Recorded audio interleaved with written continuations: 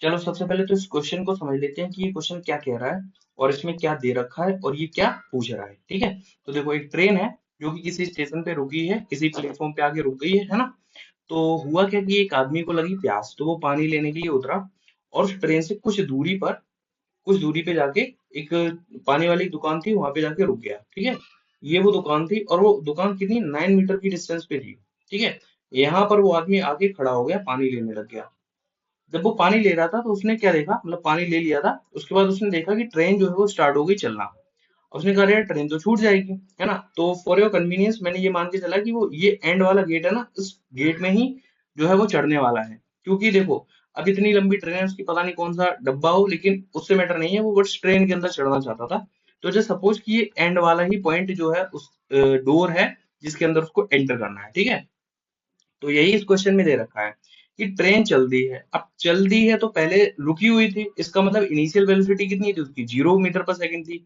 और जब वो चल दी तो किसी ना किसी वेलोसिटी के साथ में चली है, लेकिन यहाँ पर एक चीज और दे रखी है कि वो 2 मीटर पर सेकंड स्क्वायर के एक्सेलरेशन के साथ में चली है। क्योंकि पहले जब ट्रेन स्टार्ट होगी तो डायरेक्टली थोड़े ना कोई फाइनल वेलोसिटी को पकड़ लेगी, है ना।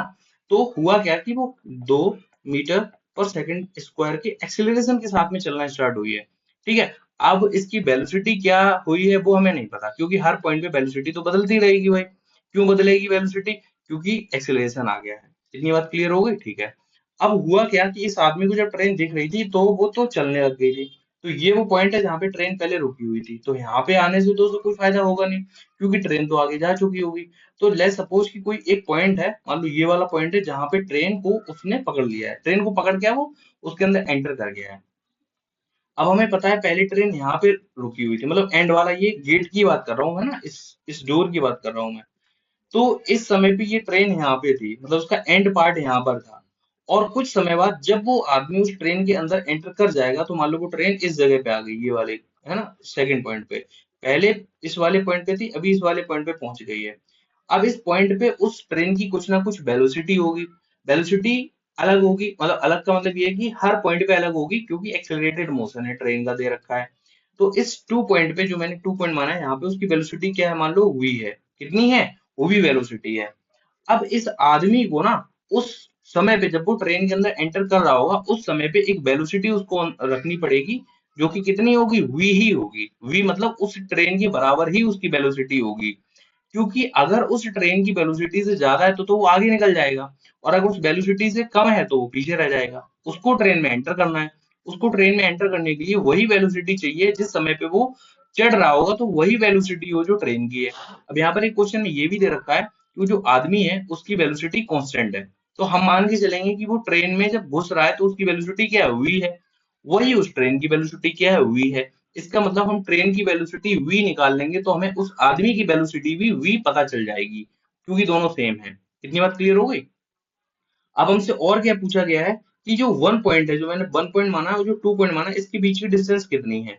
एक्चुअल में ये डिस्टेंस नहीं पूछी गई है, डिस्टेंस तो टोटल पूछी गई है कि वो आदमी जो है वो इस पॉइंट तक आने में कितना भागा होगा टोटल। तो हमें दिख रहा है कि 9 मीटर तो पहले ही भाग चुका हो, उतनी डिस्टेंस जितनी दूर वो ट्रेन से पहले जा चुका था। इसके बाद में और दौड़ना पड़ेगा जितनी ट्रेन आगे निकल चुकी होगी। तो हम बोल सकते हैं कि ये कोई डिस्टेंस हमने डी मान ली है। क्या मान ली है, डी। इतनी बात क्लियर हो गई। तो वो डी डिस्टेंस भी उसको एक्स्ट्रा चलनी पड़ेगी जो कि ट्रेन ने चल ली होगी। तो सबसे पहले हम लोग ट्रेन के बारे में बात कर लेते हैं कि ट्रेन ने वो डी कितनी डिस्टेंस चल ली होगी। फिर उसके बाद हम उस आदमी की डिस्टेंस के साथ में उसका रिलेशन बैठाएंगे और हम चीजों को फाइंड कर लेंगे। ठीक है, इतनी बात क्लियर होगी। तो हमें ट्रेन के बारे में क्या पता है, हमें ट्रेन के बारे में उसका एक्सेलरेशन पता है ना, केवल, और इनिशियल वेलोसिटी पता है जो कि 0 मीटर पर सेकंड है। ओके, इसके बाद में हम लोग सबसे पहले क्या करते हैं, ट्रेन के बारे में बात कर लेते हैं। ठीक है, तो फॉर ट्रेन, ट्रेन के बारे में हमें पता है, एक फॉर्मूला होता है हमारा s equals to u t plus half a t square. ठीक है, ये हमें फॉर्मूला पता है, इसके बेस पे हम लोग कुछ चीजें फाइंड कर पाएंगे। तो क्या होगा, देखो एस हमें पता, ये जो है ना, ये इसको ही हमने एस मान, मतलब ये डिस्टेंस के बारे में बात कर रहे हैं कि ट्रेन कितना चल रही है उतनी टाइम में, उतनी दूरी, है ना, सॉरी उतनी वेलोसिटी, एक्सेलरेशन, वो सब चीजों के साथ में ट्रेन कितना चल रही है उसके बारे में बात, उसके लिए हमने ये फॉर्मूला लगाया है।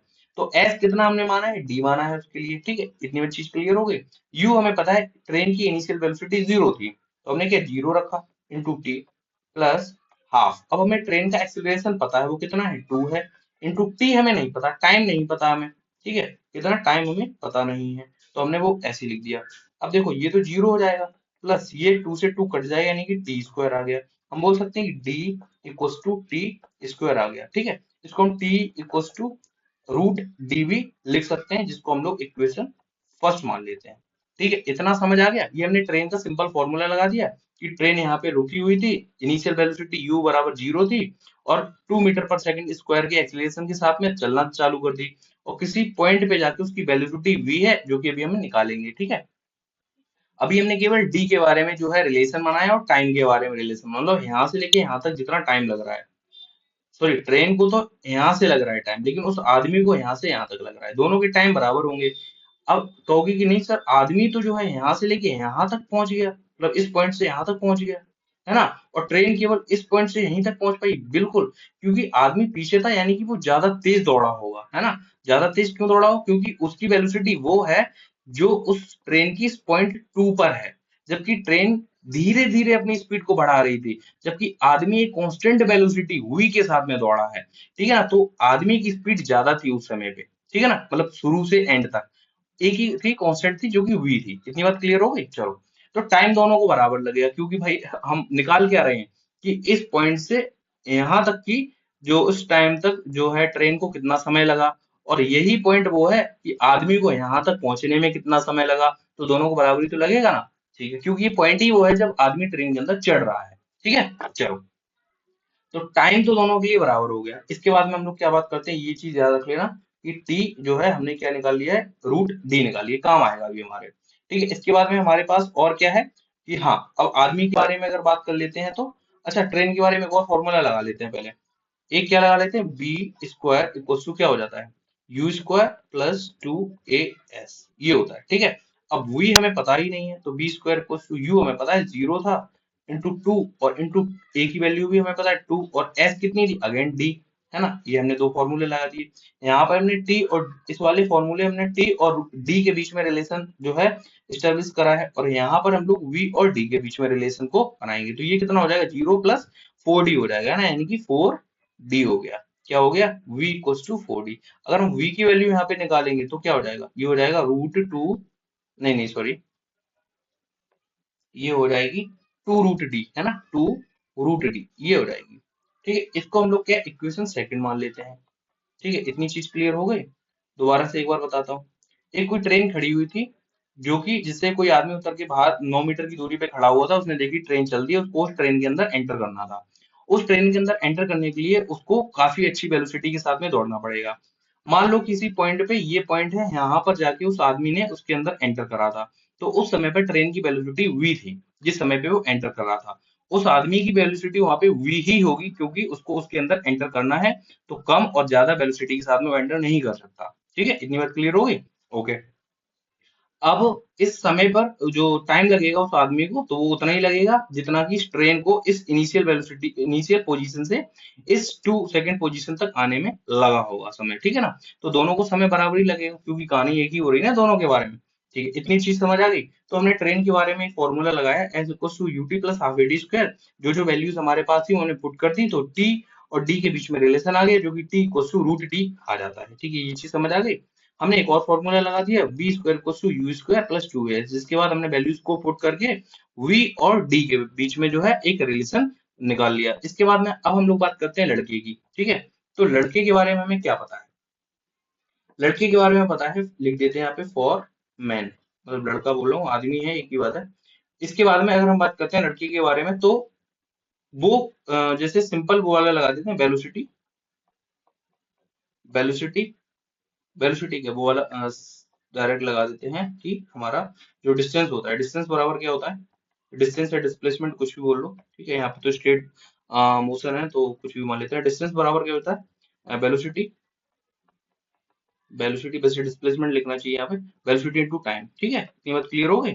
चलो, डिस्टेंस हमने मान लिया कि देखो, पहले तो उस आदमी को कितना चलना पड़ेगा, 9 मीटर, तो ये वाले, ठीक है, और प्लस डी ये वाला, क्योंकि ट्रेन डी कुछ चल चुकी है जो कि डी है, और 9 मीटर तो वो जो जितना पीछे वो खड़ा था उतनी डिस्टेंस चलनी पड़ेगी, ठीक है ना। तो डिस्टेंस कितनी हो गई, डी प्लस 9। ठीक, वेलोसिटी कितनी थी, v ही होगी, क्योंकि अभी हमने बात करी कि velocity of the man and velocity of the train at that point will be same. ठीक है, और इनटू टाइम, टाइम अभी हमने बात करी कि टाइम दोनों को सेम ही लगेगा, तो d plus 9 equal to v into T आ गया।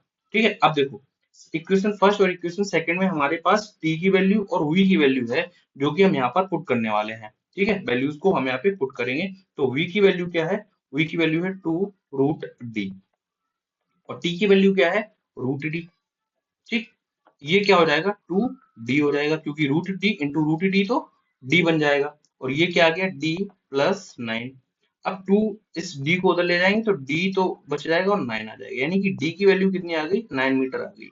हमें क्या पता चला कि जो डिस्टेंस थी डी हमने क्या माना था कि ट्रेन कितनी डिस्टेंस को कवर कर चुकी थी, तो ट्रेन ने 9 मीटर की डिस्टेंस कवर कर ली थी, जब जाके आदमी ने उस ट्रेन को पकड़ पाया था।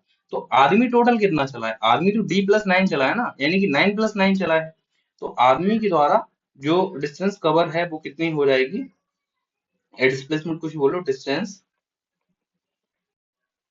डिस्टेंस बाय मैन क्या हो जाएगा, इक्वल्स टू क्या थी, डी प्लस 9, यानी कि 9 प्लस 9 यानी कि 18 मीटर। कितनी चीज समझ आ गई। अब हमें और भी क्या पूछा था क्वेश्चन में कि what is the full speed यानी कि v की वैल्यू पूछी है। ये देखो इक्वेशन सेकंड है ना, इक्वेशन सेकंड में हम लोग क्या रखेंगे, d की वैल्यू आ गई ना, तो 2 कितनी है, 9 है, ये रूट 9 का मतलब क्या हो जाता है, इसका मतलब होता है 3, यानी कि ये आ जाएगा 6 मीटर पर सेकंड, ये v की वैल्यू आ गई है।